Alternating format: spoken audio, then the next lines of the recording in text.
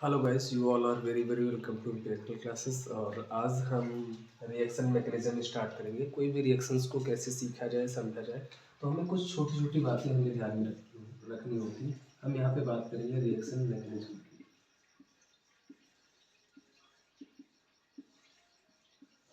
ठीक है, तो रिएक्शन मैकेनिज्म क्या होता है, कैसे होता है, इसको थोड़ा सा हम लोग समझ लेते हैं। देखो, बहुत ही सिंपल सी बात है।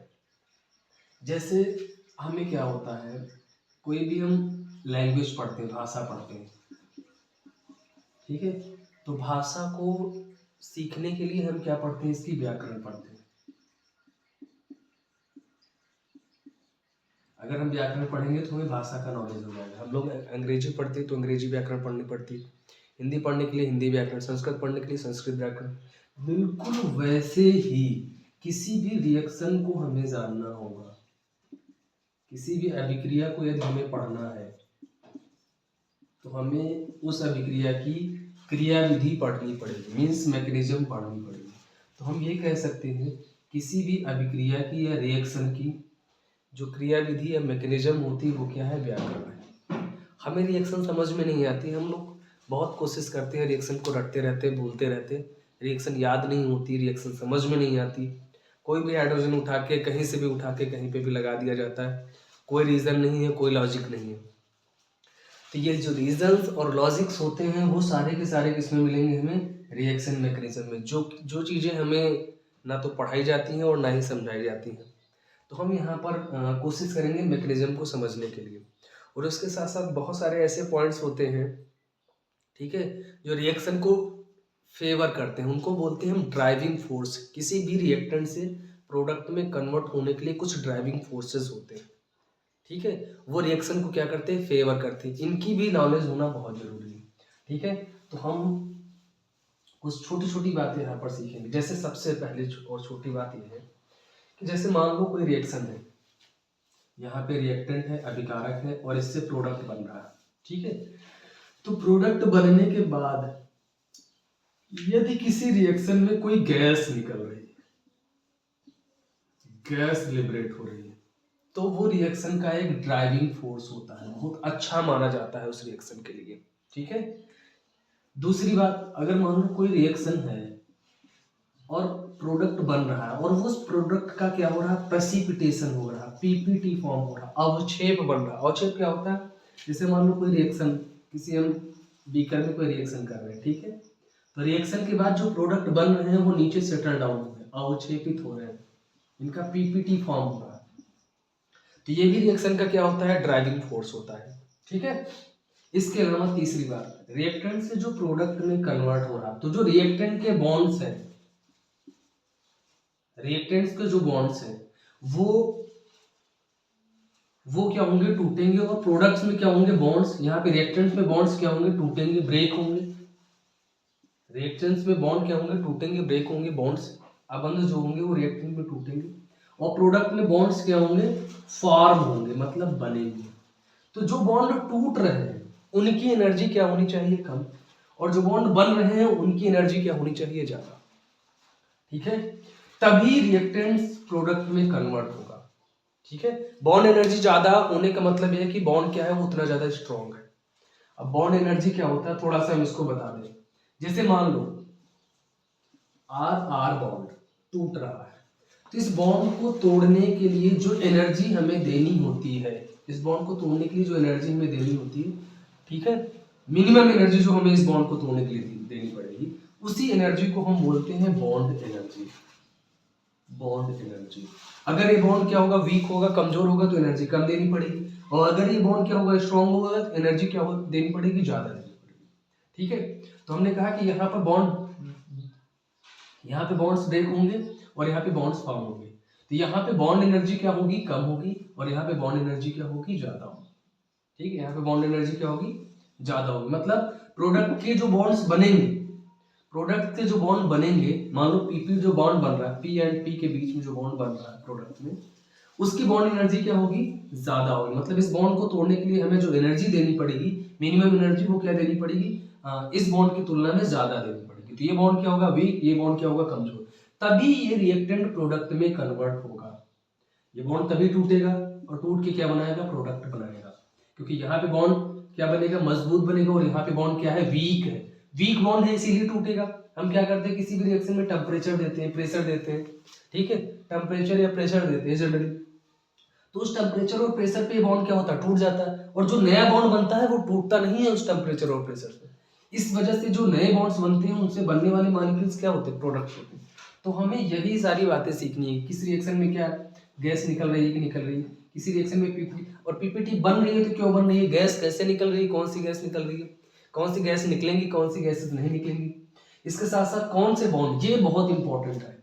इससे बहुत सारी रिएक्शंस हम सॉल्व करेंगे, कौन सा बॉन्ड स्ट्रॉन्ग होगा और कौन सा बॉन्ड वीक होगा।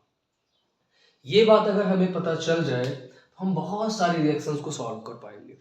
वीक बॉन्ड के होंगे, ब्रेक होंगे, और स्ट्रॉन्ग बॉन्ड के होंगे, टूटेंगे। अब जैसे कि मान लो हम एक रिएक्शन लेके इस बात को थोड़ा सा समझते हैं, एक रिएक्शन के थ्रू समझते हैं, एक एग्जांपल के थ्रू समझते हैं। देखो मान लो CH3 CH2OH है, ठीक है, CH3 CH2OH है। यहां हम इसकी रिएक्शन कर रहे हैं सोडियम के साथ, तो क्या होता है, सोडियम एथॉक्साइड बने, CH3 CH2ONA plus H2 gas निकलेगी। अब हमारा क्वेश्चन है, प्रश्न ये है कि यही हाइड्रोजन क्यों H2 गैस में लिबरेट हुआ। यहाँ पर 2 हाइड्रोजन इस कार्बन पे भी है और 3 हाइड्रोजन यहाँ पर, ये हाइड्रोजन इस रिएक्शन में पार्टिसिपेट क्यों नहीं कर रहे, ठीक है, यही हाइड्रोजन क्यों निकला। इसका मतलब ये हुआ कि ये हाइड्रोजन क्या था, वीक था एज कंपेयर टू, अगर हम इसमें बात करें कार्बन हाइड्रोजन और ऑक्सीजन हाइड्रोजन की, तो ऑक्सीजन हाइड्रोजन का जो बॉन्ड है वो क्या है, वीक है, और कार्बन और हाइड्रोजन का यहाँ पे जो बॉन्ड है वो क्या है, स्ट्रॉन्ग है। अगर दोनों में हम कंपेयर करें तो ये वीक बॉन्ड है और ये क्या है, स्ट्रॉन्ग बॉन्ड है, ठीक है। तो इसीलिए क्या होगा, कार्बन हाइड्रोजन का बॉन्ड बाद में टूटेगा और ऑक्सीजन और हाइड्रोजन का जो बॉन्ड है वो पहले टूटेगा। इसीलिए ये हाइड्रोजन रिएक्शन में पार्टिसिपेट कर रहा है जबकि ये हाइड्रोजन पार्टिसिपेट नहीं कर रहे हैं। अब इन्हीं बॉन्ड्स को हमें समझना है, कौन सा बॉन्ड्स कब स्ट्रॉन्ग होगा कब वीक होगा, ठीक है। बहुत सारे बॉन्ड्स होते हैं, देखो हम एक और आपको बात बता दें, बहुत सारे ऐसे बॉन्ड्स होते हैं जो क्या होगा, हीट की कंडीशन में स्ट्रॉन्ग होंगे। मान लो हम उनको हीट कर रहे हैं, ठीक है, तो वो स्ट्रॉन्ग बॉन्ड होंगे, लेकिन अगर उसमें हम लाइट दे रहे हैं, HNO लाइट दे रहे हो तो वो वीक होते हैं, ठीक है। तो थोड़ा सा बताएंगे इसमें भी कि कौन से बॉन्ड ऐसे होंगे जो वीक होंगे हीट की कंडीशन में और कौन से बॉन्ड लाइट की कंडीशन में। देखो हमें बॉन्ड्स को किन किन चीजों में पढ़ना है, ठीक है। एक और खास बात, जैसे कि मान लो यहाँ पे कुछ लिख देते हैं, कोई भी विलायक वगैरह लिख देते हैं, उनका क्या रोल होता है वो भी हम यहाँ पे समझेंगे। जो विलायक यहाँ पे लिखे जाते हैं तो 3 कंडीशन लेंगे यहाँ पे क्या लिखा जाता है, एक प्रेशर है,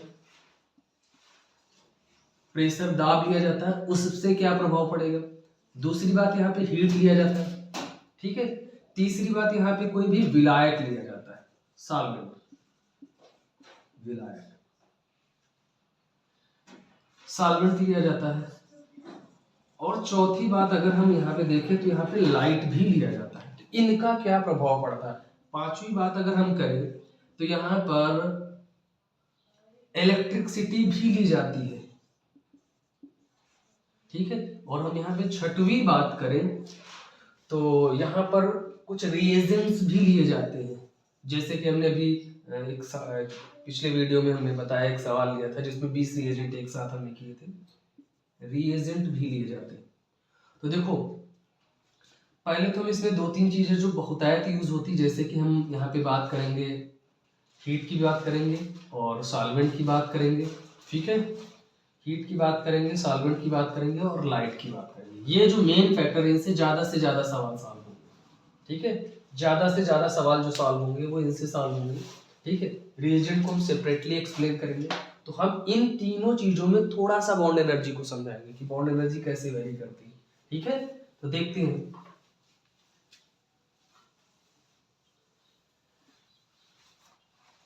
देखो अगर कोई पोलर बॉन्ड है, पोलर बॉन्ड। अब पोलर बॉन्ड क्या होते हैं, इनको हिंदी में बोलते हैं ध्रुवीय अबंध, ठीक है। और एक ऐसा बॉन्ड होगा जो कि होगा नॉन पोलर, इसको हिंदी में बोलेंगे अध्रुवीय अबंध। बहुत सिंपल है इनको जानना, ध्रुवीय अबंध और अध्रुवीय अबंध। जनरली हम बात करेंगे किनकी, कोवैलेंट बॉन्ड की बात करेंगे, ठीक है। एक सेपरेट वीडियो हम बॉन्डिंग का भी बनाएंगे, कोवैलेंट बॉन्ड की बात करेंगे, ठीक है ना। तो यहाँ पे देखो, जो ध्रुवीय अबंध होंगे वो कैसे बनते हैं, वो डिसिमिलर एटम के बीच में बनते हैं, ठीक है। डिसिमिलर एटम, ठीक है। डिसिमिलर एटम मतलब अलग अलग एटम के बीच में बने हुए अबंध क्या होंगे, ध्रुवीय होंगे। जैसे हम बात करें H और Cl, ठीक है, H और Cl की बात करेंगे, यहाँ क्या होगा, डेल माइनस होगा और यहाँ क्या हो जाएगा, डेल प्लस। इन्हें ही बोला जाता है ध्रुवीय। अब ये जनरेट कैसे होती है, वास्तव में Cl की इलेक्ट्रोनेगेटिविटी क्या होती है, ज्यादा होती है। अब इलेक्ट्रोनेगेटिविटी क्या होती है, साझी के इलेक्ट्रॉनों को अपनी ओर खींचने की क्षमता। ये बॉन्ड कैसे बना था, ये बॉन्ड बना था, हाइड्रोजन ने अपना एक इलेक्ट्रॉन शेयर किया और क्लोरीन ने भी अपना एक इलेक्ट्रॉन शेयर किया। ये क्या हो गए, शेयर्ड इलेक्ट्रॉन हो गए, साझे के इलेक्ट्रॉन। अब इसकी क्षमता ज्यादा है तो अपनी ओर खींचेगा इलेक्ट्रॉन, ये भी खींच रहा है लेकिन ये ज्यादा तेजी से खींचेगा। तो ये इलेक्ट्रॉन सेंटर में ना होकर क्या होंगे, क्लोरीन के पास चले जाएंगे, मतलब यहाँ पर कहीं होंगे, ठीक है, यहाँ पर कहीं होंगे। तो यहाँ पर होता ये कि जो हाइड्रोजन का इलेक्ट्रॉन है, हाइड्रोजन ये महसूस करेगा कि हमारा इलेक्ट्रॉन हमसे दूर गया तो यहाँ पे क्या आ जाएगा, प्लस चार्ज आ जाएगा, और इसके पास इलेक्ट्रॉन गया तो यहाँ पे क्या आ जाएगा, थोड़ा सा माइनस चार्ज। इन्हें क्या बोलते हैं, पोल्स बोलते हैं, ठीक है। ये क्या होते हैं, पोल्स होते हैं। अध्रुवीय अबंध जैसे H के बीच में बना हुआ अबंध या Cl के बीच में बना हुआ अबंध, ये क्या होंगे, अध्रुवीय अबंध होंगे। इनको दोनों के इलेक्ट्रोनेगेटिविटी सेम है तो इलेक्ट्रॉन क्या रहेंगे, सेंटर में रहेंगे, ठीक है। दोनों के इलेक्ट्रोनेगेटिविटी सेम है, सेंटर में इलेक्ट्रॉन रहेंगे तो यहाँ पे कोई चार्ज नहीं है, कोई फोर्स नहीं है। तो मेजरली हमने क्लासिफाई किया है ध्रुवीय और अध्रुवीय अबंधों में, ठीक है। अब इनकी अगर हम स्ट्रॉन्गनेस की बात करें, कौन सा स्ट्रॉन्ग होगा और कौन सा वीक होगा, वीकनेस और स्ट्रॉन्गनेस की बात करें, कौन सा स्ट्रॉन्गेस्ट बॉन्ड होगा और कौन सा वीकेस्ट होगा, वीक होगा। तो देखो, अगर हम बात करें लाइट की कंडीशन में, ध्यान रखना ये बहुत इंपॉर्टेंट बात है, बहुत सारे रिएक्शंस का एक्सप्लेनेशन है, बहुत सारी रिएक्शन लाइट की उपस्थिति में होती है, H की उपस्थिति में होती है। तो जितने भी अध्रुवीय नॉन पोलर ऐसे जितने भी बॉन्ड होते हैं वो H की कंडीशन में क्या होते हैं, वीक होते हैं। ये क्या होते हैं, वीक होते हैं और होमोलिटिकली ब्रेक होते हैं। कैसे ब्रेक होंगे, होमोलिटिकली ब्रेक होंगे। ये अपना इलेक्ट्रॉन ले लेंगे तो मुक्त मूलक बनाएंगे, ये अपना इलेक्ट्रॉन ले लेंगे मुक्त मूलक बनाएंगे, ये भी अपना इलेक्ट्रॉन ले लेंगे मुक्त मूलक बनाएंगे और ये भी अपना इलेक्ट्रॉन लेके मुक्त मूलक, मतलब ये होमोलिटिकली। जितने भी नॉन पोलर अध्रुवीय अबंध होंगे, सेम एटम के बीच में बने हुए अबंध होंगे, वो क्या होंगे, H में वीक हो जाएंगे, टूट जाएंगे, कमजोर होंगे। लेकिन यही बॉन्ड अगर इन्हीं बॉन्ड पे हम हीट अप्लाई करेंगे तो ये बॉन्ड होंगे स्ट्रॉन्ग, ये मजबूत बॉन्ड होंगे। देखो बिल्कुल सिंपल सी बात है, जितने भी अध्रुवीय अबंध होंगे हीट की कंडीशन में कमजोर होंगे और टूट जाएंगे, लाइट की कंडीशन में क्या होंगे, मजबूत होंगे और टूटेंगे। और अध्रुवीय अबंध जो होंगे, सॉरी जो ध्रुवीय अबंध होंगे, ये लाइट की कंडीशन में स्ट्रॉन्ग रहेंगे लेकिन हीट की कंडीशन में क्या रहेंगे, वीक रहेंगे। हीट की कंडीशन में क्या रहेंगे, वीक रहेंगे। तो थोड़ा सा हम इन अबंधों को बिल्कुल समराइज कर देते हैं और एक दो शब्दों में हम क्या लिखेंगे इनको, पोलर बॉन्ड और नॉन पोलर बॉन्ड्स को दो शब्दों में कैसे इनको समझेंगे। देखो हम क्या करेंगे यहाँ पर, ठीक है। देखो यहाँ पर हम ले रहे हैं हीट और यहाँ पर ले रहे हैं लाइट, ठीक है। यहाँ पर हम पोलर बॉन्ड जैसे कि HCl ले रहे हैं, यहाँ पे देखो पोल्स बन रहे हैं, डेल माइनस डेल प्लस, और हम यहाँ पे Cl ले रहे हैं, यहाँ पे कोई पोल नहीं बन रहा, नॉन पोलर बॉन्ड। तो जो पोलर बॉन्ड होगा वो हीट की कंडीशन में क्या हो जाएगा, ब्रेक हो जाएगा, इन कंडीशन ऑफ हीट क्या हो जाएगा, ब्रेक हो जाएगा, ठीक है। अच्छा एक चीज और हम यहाँ पे विलायक भी ले लेते हैं, ठीक है, यहाँ पे विलायक भी ले लेते हैं। और विलायक कैसा लेंगे, दो तरह के विलायक, चलो विलायक को हम अलग से ही देखेंगे, पहले हम इतना समझ लेते हैं। ये ब्रेक हो जाएगा H+ और Cl-, लेकिन ये Cl ब्रेक नहीं होगा क्योंकि ये क्या है, स्ट्रॉन्ग है इन कंडीशन ऑफ हीट। लाइट में बात करेंगे तो ये ब्रेक नहीं होगा, जैसा का तैसा बनेगा, लेकिन ये वाला बॉन्ड क्या हो जाएगा, ब्रेक हो जाएगा रेडिकल्स में, मतलब ये अपना अपना इलेक्ट्रॉन्स जो साझा किए थे वो ले लेंगे और बनाएंगे क्या, मुक्त मूलक बनाएंगे, मुक्त मूलक। ठीक है, तो ये बॉन्ड्स की बात हो गई। यही सारी चीजें देखनी होती है रिएक्शंस में। बाकी आगे का जो मैकेनिज्म का पोर्शन है वो हम अगले वीडियो में डिस्कस